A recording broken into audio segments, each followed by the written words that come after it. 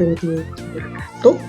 Hari ini saya akan membahas tentang video permasalahan siswa yang kerap kali terjadi ketika anak sedang belajar di lab komputer.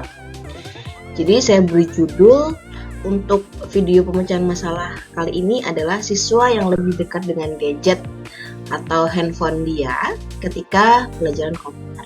Dengan saya Maulidia Norman.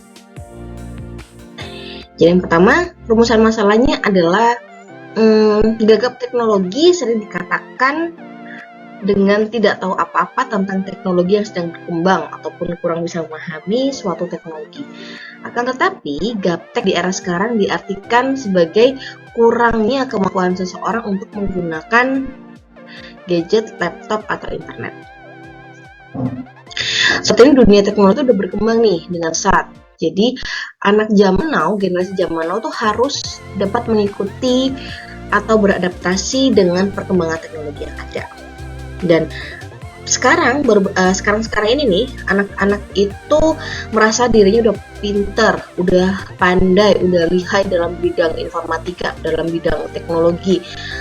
Walaupun kenyataannya dia tuh cuma pinter main HP, dia nggak ketika mereka dihadapkan dengan komputer mereka akan kikuk kayak gitu. Jadi masalah yang saya lihat ketika anak-anak berada di lab adalah ketika pembelajaran komputer berlangsung, mereka itu kayak menggunakan keyboard pun mereka kayak kikuk gitu loh, karena mereka terbiasa dengan layar sentuh kayak cuma scroll, touch kayak gitu.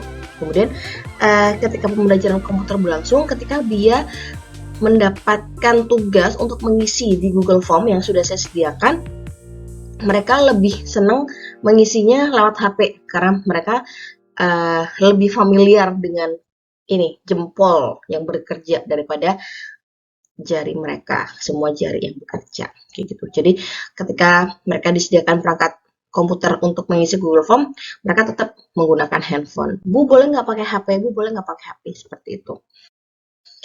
Nah, bagaimana cara menanganinya? Nah, yang pertama, mungkin mereka asing dengan beberapa bahasa yang ada di teknologi informasi. Jadi kita harus bisa menjelaskan dengan gaya yang mudah dipahami. Jadi di pembelajaran komputer tuh banyak bahasa-bahasa asing yang mereka nggak akan paham kalau kita tidak menjelaskan dengan bahasa yang familiar di mereka atau dengan perumpamaan. Jadi katakan seperti kompilator. Kompilator adalah penerjemah bahasa pemrograman, katakan. Mereka nggak paham apa sih bahasa pemrograman, apa sih kompilator, apa sih bahasa ini, seperti itu. Kemudian kita akan jelaskan nih. Nah, bahasa pemrograman kita anggap sebagai kita, kompilator kita anggap sebagai penerjemah atau Google Translate. Kemudian bahasa mesin adalah kita anggap sebagai orang Brazil, katakan. Nah, kita agar bisa berbicara dengan orang Brazil, maka kita butuh yang namanya penerjemah. Seperti itulah di komputer. Jadi bahasa pemrograman agar bisa dibaca oleh mesin, dia harus diterjemahkan menggunakan kompilator. Jadi kita harus kita harus supply anak-anak agar disuplai dengan perumpamaan-perumpamaan seperti itu agar anak paham betul terhadap teknologi. Kemudian yang kedua adalah sarankan anak agar belajar bahasa Inggris. Jadi selain komputer adalah menghitung, to compute atau menghitung, jadi tidak ada perangkat yang menggunakan bahasa Indonesia. Sejauh ini ya, masih tidak ada perangkat yang menggunakan bahasa Indonesia. Kecuali handphone. Di handphone dia bisa diprogram tuh bahasanya bahasa Indonesia. Tetapi di komputer dia tidak akan bisa. Microsoft Word, dia tidak akan pernah bisa menjadi Microsoft Kata. Tidak akan pernah bisa menjadi itu. Jadi, kita harus menyarankan anak agar anak-anak, ayo dong belajar bahasa Inggris. Dengan gitu kalian bisa ngerti nih. Misalkan ada perintah press F1. Mereka paham, Bu, ini harus ngapain? Yaudah, terjemahkan aja itu. Press F1, tekan F1. Seperti itu. Jadi siswa harus bisa belajar bahasa Inggris agar bisa memahami fitur-fitur dan perintah yang ada dalam laptop. Kemudian yang ketiga adalah tanamkan ke anak agar jangan merasa puas untuk belajar teknologi. Karena teknologi itu terus berkembang. Sekarang kita tahu Office 11 katakan.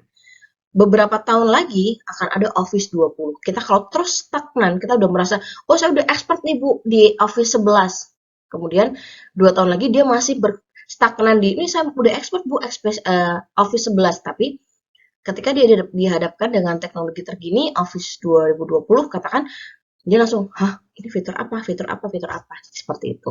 Jadi nggak cuman perangkat laptop ya, tapi gadget juga. Jadi gadget kan OS-nya selalu diperbarui dan ada pembaharuan seperti itu. Jadi dia jangan, kita harus menanamkan ke anak agar anak-anak kalian jangan merasa puas dengan kalian selalu mikir, saya udah bisa bu, saya udah pintar, saya udah paham. Tapi teknologi itu selalu terus berkembang.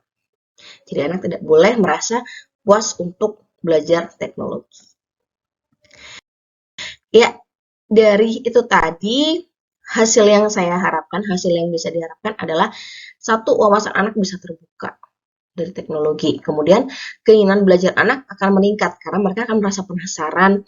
Wah, iya seru nih. Ah, mau lihat ini nih gitu. Kemudian yang ketiga adalah dengan mereka bisa belajar bahasa Inggris, kemudian mereka bisa menghitung, bisa bahasa ini, bahasa itu. Jadi banyaknya ilmu yang akan bisa didapatkan.